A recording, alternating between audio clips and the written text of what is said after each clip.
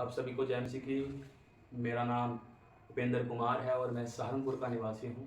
तो आज इस YouTube के द्वारा मैं परमेश्वर के कलाम को आपके बीच में बांटना चाहता हूँ, क्योंकि उसका कलाम हमारे पाँव के लिए दीपक और हमारे मार्ग के लिए उजाला है। तो वचन को बांटने से पहले आज हम सभी अपनी आंखों को बंद करते हैं। धन्यवाद महान जीवित अनुग्रहकारी परमेश्वर, धन्यवाद आज के दिन के लिए, और तूने ये अवसर दिया कि इस YouTube के द्वारा खुदावन हम तेरे कलाम को बांट सके। जितने भी लोग तेरे वचन को सुनते हैं प्रभु, तेरी आत्मिक आशीष से, तेरी आर्थिक आशीष से, बाइबल से हर एक जुड़ी हुई आशीष से उनके जीवनों में आए। सारा आदर जलाल तेरे नाम को देता हूँ। एक छोटी सी प्रार्थना यीशु के नाम से मांगता हूँ, आमीन। आप सभी को फिर से जय मसीह की। मैं आप सभी का स्वागत करता हूँ इस YouTube पर। तो आज खुदा के कलाम को मैं आपके बीच में बांटना चाहता हूँ, और मैं आप सभी के लिए एक वचन बाइबल में से पढ़ूंगा जो आपको और मुझको मिलता है पुराने नियम में पहला शमूएल उसका 15 अध्याय उसकी 22 आयत। पुराने नियम में पहला शमूएल उसका 15वां अध्याय उसकी 22 आयत। द बुक ऑफ फर्स्ट शमूएल चैप्टर 15 वर्स 22 मैं आप सभी के लिए पढ़ता हूँ। शमूएल ने कहा, क्या यहोवा होम बलियों और मेल बलियों से उतना प्रसन्न होता है जितना कि अपनी बात के माने जाने से प्रसन्न होता है? सुन, मानना तो बलि चढ़ाने से और कान लगाना मेढ़ों की चर्बी से उत्तम है। हालेलुया। परमेश्वर आपको उस वचन पढ़ने के द्वारा आशीष मिले।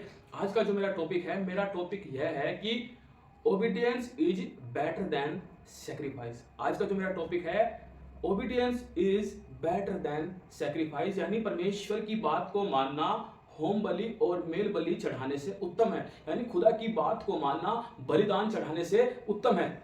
जैसे कि आप और मैं जानते हैं कि पुराने नियम में जब हम देखते हैं, परमेश्वर के लोग भेड़ बकरियों को परमेश्वर की वेदी के पास ले जाते थे और वो उनको क्या करते थे? बलिदान करते थे। लेकिन अब आप और मैं नए नियम के समय में जी रहे हैं, और पौलुस हमें बताता है रोमियो की किताब उसके 12 अध्याय में इस प्रकार की अब जो हमारी आत्मिक सेवा क्या है?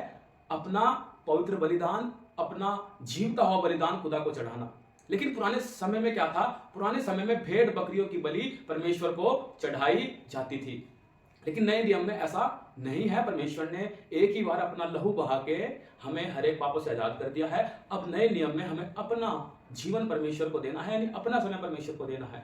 लेकिन जब आपने और मैंने इस आयत को पढ़ा तो मैं आपको कुछ बताना चाहता हूं कि जब हमने इस आयत को पढ़ा, इसमें जिक्र है राजा शाऊल का। आप और मैं सब जानते हैं कि राजा शाऊल इस्राएल का पहला राजा था।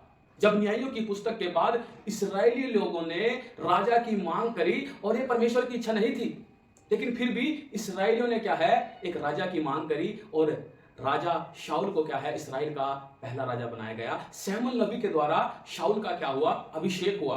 अब शमूएल नबी राजा शाऊल को आदेश देता है कि तू जाकर अमालेकियों को नष्ट कर दे, उनके बच्चों को, उनकी पत्नियों को, उनके लोगों को, यहां तक कि उनके सभी भेड़ बकरे और जानवरों को भी तू क्या कर दे? नष्ट कर दे। और राजा शाऊल वहां पर जाता है और राजा शाऊल अमालेकियों को नष्ट कर देता है। लेकिन जब वहां पर वो कुछ सुंदर भेड़ बकरियों को देखता है तो वो उनको नष्ट नहीं करता, और वो बलि चढ़ाने के लिए उनको ले आता है। और ये बात खुदा को क्या लगी? बुरी लगी। और वचन बताता है कि परमेश्वर राजा शाऊल को राजा बनाने से पछताया। और जब शमूएल शाऊल से मिलने जाता है, शाऊल कहता है मैंने तेरी आज्ञा को माना। शमूएल कहता है फिर ये भेड़ बकरियों की आवाज कहां से आ रही है? शाऊल कहता है ये तो मैं बलि चढ़ाने के लिए ले आया हूं। और उस समय ये वचन निकलता है जो आपने और मैंने पढ़ा है, परमेश्वर होम बलि और मेल बलि से उतना प्रसन्न नहीं होता जितना कि अपनी बात के माने जाने से प्रसन्न होता है। कभी कभी आप और मैं भी शायद इस राजा शाऊल की तरह जीवन जी रहे हैं। हाँ, नए नियम में हो सकता है आज हम प्रार्थना करते हो, आज हम उपवास भी करते हो, आज हम परमेश्वर के वचन को भी पढ़ते हो, हम चर्च में एक अच्छी ऑफरिंग भी देते हो, हम अनाथों और विधवाओं की सुधि भी देते हो सकता है आज हम गरीबों की मदद भी करते हो। लेकिन मेरे प्रियो, इन सब बातों से बढ़कर एक बात हो रहा है, वो है खुदा की बात को मानना। और शाऊल ने भी खुदा की बात को नहीं माना। हो सकता है आज आप और मैं प्रार्थना भी करते होंगे, वचन भी पढ़ते होंगे, दुआ भी करते होंगे, लेकिन आज कहीं ना कहीं सब कुछ करने के बाद हम खुदा की आवाज को, खुदा की बात को नहीं मानते। अब आप पूछोगे खुदा की बात कौन सी है, खुदा की आवाज कौन सी है? ये पवित्र कलाम, ये परमेश्वर का वचन, ये होली स्क्रिप्चर परमेश्वर की आवाज है और परमेश्वर की आज्ञा है।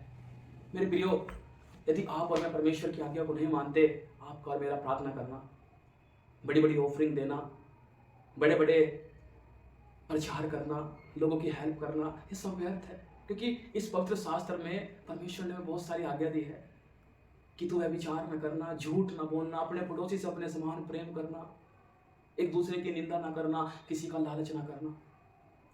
हो सकता है आप प्रार्थना करने के बाद भी हम लोग स्मोकिंग करते हो सकता है आज दान देने के बाद भी आप और मैं झूठ बोलते हो सकता है आज बड़े बड़े प्रचार करने के बाद आप और मैं व्यभिचार में व्यभिचार में तो जीवन नहीं जी रहे हैं।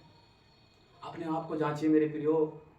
हो सकता है आज चर्च में जाने के बाद भी हम फोन में कुछ गलत देखते हो सकता हो आज भी हमें अपने पड़ोसी से प्रेम नहीं है। तो मेरे प्रियो, इस छोटे से वचन के द्वारा मैं आप सभी को ही बताना चाहता हूं कि परमेश्वर की बात को माने, परमेश्वर की आज्ञाओं को माने। यदि आप और मैं परमेश्वर की आज्ञा को नहीं मानते, हमारा प्रार्थना करना, वचन को पढ़ना, दान देना, ये सब व्यर्थ है। यदि आप प्रार्थना करने के बाद और दान देने के बाद व्यभिचार में जीवन जी रहे हो तो आपको और मेरा जीवन बेकार है। यदि आप और मैं आज भी नशे में जीवन जी रहे हो, झूठ बोल रहे हो, चुगली कर रहे हो, तो सब बेकार है।